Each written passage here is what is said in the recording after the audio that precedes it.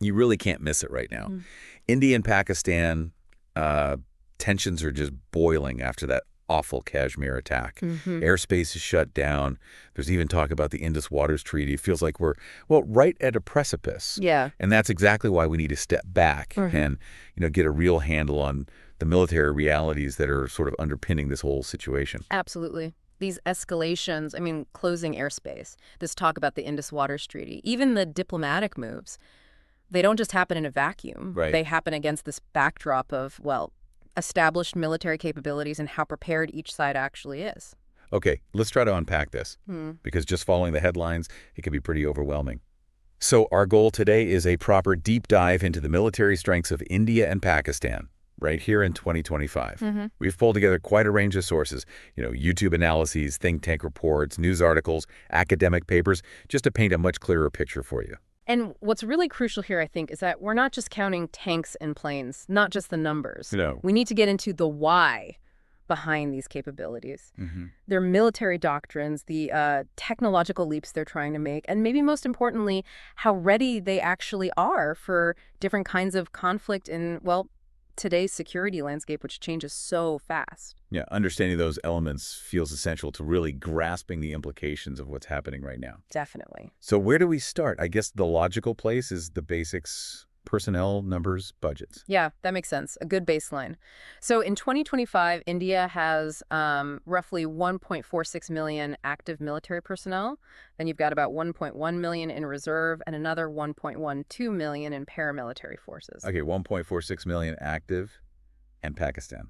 Pakistan, in comparison, has around 650,000 active personnel, about 500,000 in reserve, and another 500,000 paramilitary. Wow. Okay, so that's a pretty considerable difference in manpower right off the bat. It is. And what about defense spending? I suspect the gap there is even bigger. Oh, yeah.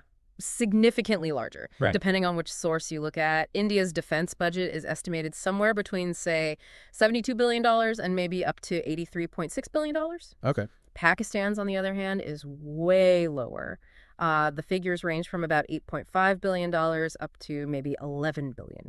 Wow. So India's working with a budget that's, what, 7 to 10 times larger? Something like that? Roughly, yes. That kind of ballpark. What are the real-world consequences of that kind of difference? I mean, that's huge. Well, fundamentally, it gives India much, much greater capacity for modernizing its forces, investing in R&D, buying advanced weapons systems off the shelf, or developing them. Right. That financial advantage really shapes the sophistication and the sheer quantity of their military equipment over time. Okay, so India has a clear edge in people and a massively larger budget. Now let's get into the nitty-gritty, the conventional military capabilities. Land forces first. Sure. Looking at land forces, India possesses approximately 3,350 main battle tanks and about 2,600 armored fighting vehicles. They also have around 100 self-propelled artillery pieces, but a very substantial number of towed artillery, 3,300, and about 300 rocket launchers. And we've heard about specific upgrades too, right? Like the Arjun tanks? Yeah, exactly. There are mentions of the Arjun Mark 1A and the Mark 2 developments, and also the K9 Vajra howitzers being integrated, boosting their capabilities. Okay. And how does Pakistan's land power stack up against that? Pakistan fields roughly 2,680 main battle tanks, so fewer tanks, but actually a larger number of armored fighting vehicles, around 3,600. Oh, interesting. And in artillery, they have about 700 self-propelled guns, which is quite a bit more than India in that specific category. They also have 1,200 towed artillery pieces and 100 rocket launchers. Oh. So it's not completely one side. India has more tanks and towed guns, but Yeah. Pakistan leads in self-propelled artillery. Okay. What about air power? That always feels critical in any modern conflict. Yeah, absolutely crucial. India's Air Force fields around 560 combat aircraft. This includes, the high-profile Rafales, their workhorse Su-30 MKIs, and the indigenous Tejas fighter. Right. They also operate about 40 transport aircraft, 300 trainers, and approximately 350 attack and utility helicopters.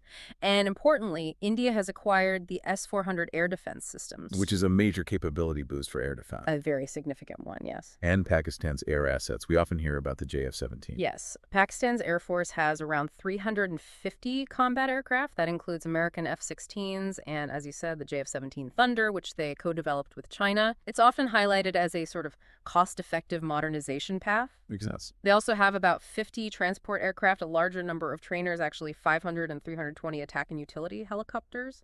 It's also worth noting they operate Iri radar and Saab 2000 airborne early warning system. So AEW&C capability, vital for awareness. Absolutely vital for managing the air battle space. Okay, so it looks like India has maybe both a numbers and a tech edge in fighters and helicopters, especially with the Rafale. But the JF-17 gives Pakistan a modern, maybe more affordable option. That seems a fair summary. Let's turn to the sea. Naval power, projecting influence, controlling sea lanes, seems increasingly important. It is, and here the difference is stark. India's Navy is considerably more capable, aiming for blue water operations. They operate 2 aircraft carriers, INS Vikrant and INS Vikramaditya. 2 carriers. Big deal. Huge deal. Plus a substantial fleet of 18 submarines, and this includes nuclear-powered ones, which is key for their nuclear triad. Right, land, air, and sea launch capability. Exactly. They also have 12 destroyers, 15 frigates, 23 corvettes, and overall around 100 significant naval assets. And there's a big push on indigenous construction like the Vikrant carrier itself and the Scorpene-class submarines. Okay. And Pakistan's Navy in comparison. Pakistan's Navy is much more focused on, let's say, coastal defense and regional waters. They don't operate any aircraft carriers. They have 8 submarines. 8 subs. Still significant. Yes, and importantly, this includes upgraded Augusta 90B class subs, which have air-independent propulsion, AIP. Ah, AIP. That lets them stay submerged much longer, right? More stealthy. Exactly. It significantly boosts their endurance and stealth. Beyond subs, they have 9 frigates and around 100 total naval assets, but according to our sources, no destroyers or corvettes. So a really clear difference in naval capability and reach. India's got the carriers, destroyers, nuclear subs for power projection. Pakistan's strength seems focused on its submarine fleet and frigates for maybe denying access closer to home. That sums it up well. Now, we absolutely have to talk about the elephant in the room. Nuclear capabilities. Can't avoid it in this context. Both India and Pakistan are, of course, nuclear-armed states. The estimates vary slightly, but generally, India is thought to have between 150 and 160 nuclear warheads. Okay. Pakistan's arsenal is estimated to be slightly larger, perhaps 165 to 170 warheads. And the delivery systems. India has the Agni series of ballistic missiles, some with ranges reportedly over 5,000 kilometers. They also have the BrahMos cruise missiles, over 500 units mentioned, and submarine-launched ballistic missiles, the K series, which completes that nuclear triad we mentioned. Land, air, sea. Got it. And they also have AS, anti-satellite weapons. Yes, India has demonstrated an operational ASAT capability, and crucially, India maintains a declared no first-use policy regarding nuclear weapons. Right, no first use. What about Pakistan's doctrine and missiles? Pakistan has the Shaheen series of ballistic missiles, with ranges up to about 2,750 kilometers, and the Babur cruise missiles over 200 units sighted. The key difference, though, is in their nuclear posture. Pakistan maintains a first-use policy. First use. Meaning they haven't ruled out using nuclear weapons first, particularly in response to a conventional attack that they perceive threatens their very existence. This explicitly includes the potential use of tactical or battlefield nuclear weapons. Tactical nukes. Wow. So while both have significant arsenals, Pakistan's stated willingness to use them first, even smaller ones, is a major strategic difference. It's a fundamental difference in doctrine, yes. And India, meanwhile, has the more developed triad and that ASAT capability, which, could target satellites in a conflict surveillance communication. It adds another layer to the strategic equation, definitely. Right. Which kind of leads us into how warfare itself is evolving, doesn't it? It's not just about nuclear deterrence anymore. Exactly. Things like drones, cyber warfare. Precisely. Just relying on the nuclear umbrella has limits, especially when you face threats from things like UCAVs, unmanned combat aerial vehicles, or potentially crippling cyber attacks.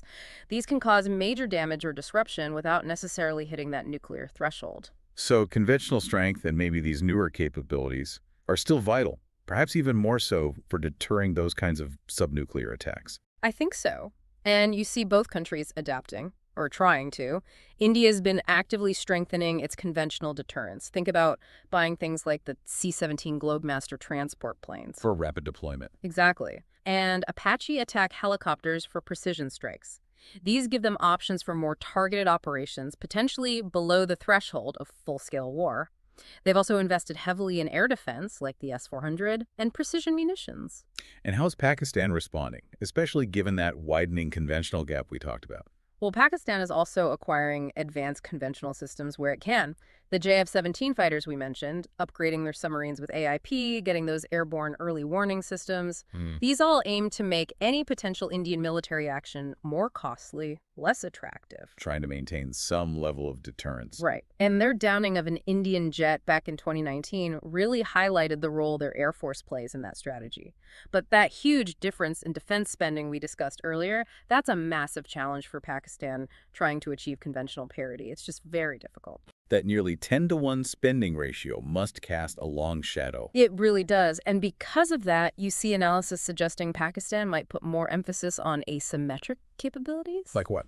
Especially UCAVs, drones. I mean, look at the conflict in Ukraine, how relatively inexpensive drones have provided significant capabilities for recon, targeting, even direct attacks. It's potentially a way for a less resourced military to challenge a more technologically advanced one. Interesting. So maybe India focuses on the high-end conventional stuff, while Pakistan explores more agile, maybe disruptive, tech-like drones to compensate. It seems plausible, yes. A way to potentially level the playing field in specific areas. What about the cyber domain, then? That feels like a whole new front, and attributing attacks seems notoriously hard. You're absolutely right. Cyber introduces a whole new layer of instability. Imagine attacks on critical infrastructure, power grids, banking systems. Yeah, potentially devastating. And tracing the source, very, very difficult sometimes. That ambiguity is dangerous because it can lead to misinterpretation, maybe accidental escalation. You could mistake a cyber probe or attack for the prelude to a conventional assault. Leading to a disproportionate reaction. Exactly. So given Pakistan's resource constraints, how can they even start to deal with this cyber threat effectively? Well, the sources suggest a few things. First, obviously, investing in cybersecurity itself, better defenses for critical infrastructure, better ways to detect and attribute threats, developing clear national cyber policies outlining who does what and when is also key. Makes sense. But second, and maybe just as important, is establishing reliable, secure communication channels with India specifically for cyber incidents, a sort of cyber hotline. To deconflict quickly if something happens. Avoid misattribution. Precisely. To be able to quickly clarify, was that you? What's going on? Especially during high tensions, could be crucial in preventing things from spiraling out of control based on a misunderstanding in the cyber realm. That sounds sensible. Both defense and dialogue. Now, shifting focus a bit. One source, South Asian Voices, really emphasized the impact of Pakistan's internal situation on its crisis preparedness. Yes, that's a really vital point they raised. The report basically argues that Pakistan is dealing with significant internal challenges right now. Political instability, economic hardship. We see the headlines. Right. Things like, debates about public trust in institutions, the electoral process, the economy struggling, rising cost of living. All these things, the report argues, impact the nation's ability to actually prepare for and respond effectively if a crisis hits. How so? Well, for instance, if large parts of the population are focused on economic survival and maybe oppose increased defense spending because of it, that can hinder modernization efforts. There needs to be some level of public buy-in. And what about the civil-military dynamic in Pakistan? That often comes up. The report touches on that, too. It suggests that if there's perceived tension between civilian leadership and the military, or public concern about military influence in politics, it can potentially erode the overall effectiveness of deterrence. Morale matters, public backing matters. Right. And a really politically polarized country might also be more vulnerable to, say, propaganda or disinformation campaigns during a crisis. The key takeaway, really, was that just having military hardware isn't enough. You need political stability, economic resilience, a degree of societal consensus supporting it all. It paints a complex picture. National strength isn't just about weapons, it's also about internal cohesion. Okay, let's think about potential conflict scenarios. Our sources lay out a spectrum from limited clashes to the absolute worst case. Yeah, the scenarios usually break down into a few broad types. First, maybe a limited conventional war. Think retaliatory strikes after something like the Kashmir attack, maybe some airstrikes, localized border fighting. Okay, contained, hopefully. Hopefully. Then there's the risk of escalation to a full-scale conventional war. That could involve major ground offensives across the border, maybe naval blockades, intense air combat, significant cyber attacks. A much bigger conflict. Much bigger. And finally, the most catastrophic possibility: a nuclear exchange. This could be triggered if either side feels its existence is threatened during a conventional war, leading them to resort to nuclear weapons. And the prospect of that. It's horrifying. And the sources are clear. The consequences wouldn't just be regional, right? They'd be global.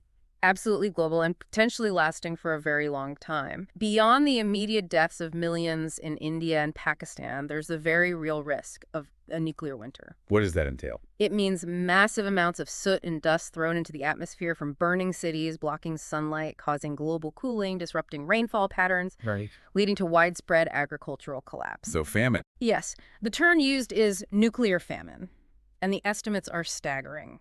Even a regional nuclear conflict between India and Pakistan could disrupt global agriculture so severely that it leads to the starvation of billions with a B, worldwide.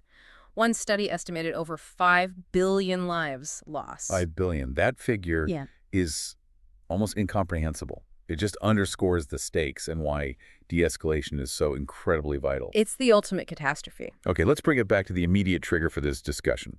The aftermath of that April 2025 Kashmir attack. The sources detail that rapid tit-for-tat escalation. Yeah, it unfolded quickly. India blamed Pakistan almost immediately. Pakistan denied it. Then you had Pakistan expelling Indian diplomats. Then Pakistan closed its airspace to Indian flights. And then the Indus Waters Treaty suspension by India. That felt like a major escalation. It was a huge move. That treaty is critical for Pakistan's agriculture, and suspending it drew a very sharp reaction from Islamabad. They warned it could be seen as an act of war. Pakistan then retaliated by suspending the Shimla Accord, another key agreement for managing relations.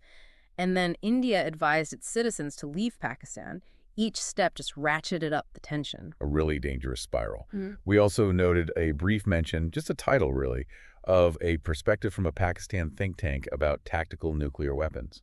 Yes, the source title suggested a viewpoint from within Pakistan that using tactical nuclear weapons might be seen as a way to force a ceasefire in a conventional conflict that's going badly for them. But we didn't have the actual content of that analysis. Right. So we can only really acknowledge it exists as a viewpoint within Pakistan's strategic circles, part of their thinking on deterrence, however alarming it might sound. Understood. It just highlights the different and sometimes dangerous ways nuclear weapons factor into the thinking there. Okay, finally, before we wrap up, let's quickly touch on the key strengths, often highlighted in those more public-facing YouTube analyses. They sometimes give a good snapshot summary.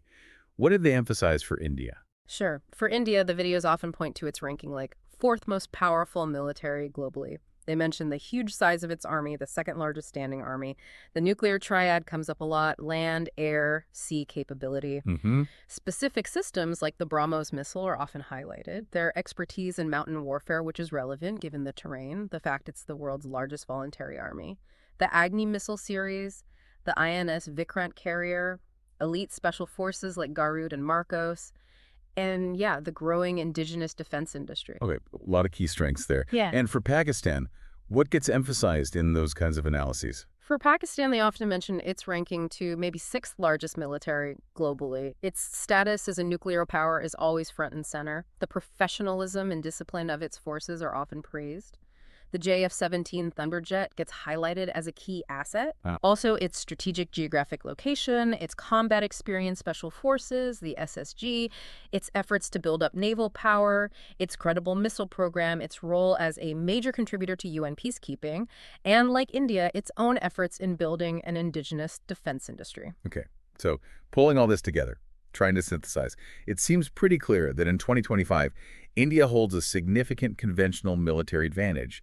Personnel, budget, a lot of key hardware across the board, land, air, sea. That seems undeniable from the sources, yes. Pakistan, while having maybe a slightly larger nuclear arsenal in that declared first-use policy, faces a really considerable conventional imbalance. Yeah. So Pakistan's strategy seems to lean heavily on its nuclear deterrent and maybe increasingly on asymmetric approaches, like those UCAVs we discussed, to try and offset those conventional gaps. But that widening economic gap and the internal political challenges we talked about, those are serious headwinds for Pakistan's long-term military modernization and overall preparedness. And understanding all these dynamics, the imbalances, the doctrines, the internal factors, it feels absolutely critical right now, doesn't it? Especially given this recent spike in tensions, the potential for miscalculation seems frighteningly high. It really does. Strategic stability there feels quite fragile, and the consequences of any major conflict breaking out, whether it stays conventional or, God forbid, goes nuclear, are just devastating to contemplate. So as we look at this really complex picture, new technologies entering the mix, these persistent internal challenges, what are the long-term implications? This widening conventional gap, the continued reliance on nuclear deterrence. What does the future of crisis stability even look like in South Asia? That's the multi-billion-dollar question, isn't it? And maybe, thinking beyond the military hardware, what role will the non-military factors ultimately play? Things like international diplomacy, economic pressures, internal political shifts within both countries. How much will they shape the region's security future? It's definitely something that requires ongoing attention and careful analysis from credible sources.